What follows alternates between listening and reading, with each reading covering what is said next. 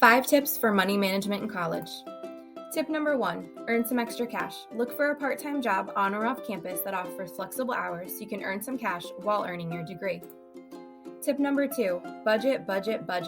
Those Starbucks visits every morning add up, but you don't have to be a math whiz to track your spending. Download an app and designate money each month to things like transportation, food, entertainment, and of course, don't forget that coffee budget. Tip number 3, look for student discounts. Movie theaters, gyms, insurance providers, and many major retailers are known to offer discounts to students. Tip number 4, be credit-wise.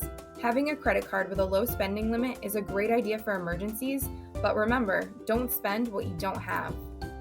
Tip number 5, don't forget to save. A good rule of thumb is for each paycheck you receive, put 20% into an interest-bearing savings account. Let the money you earn you even more money.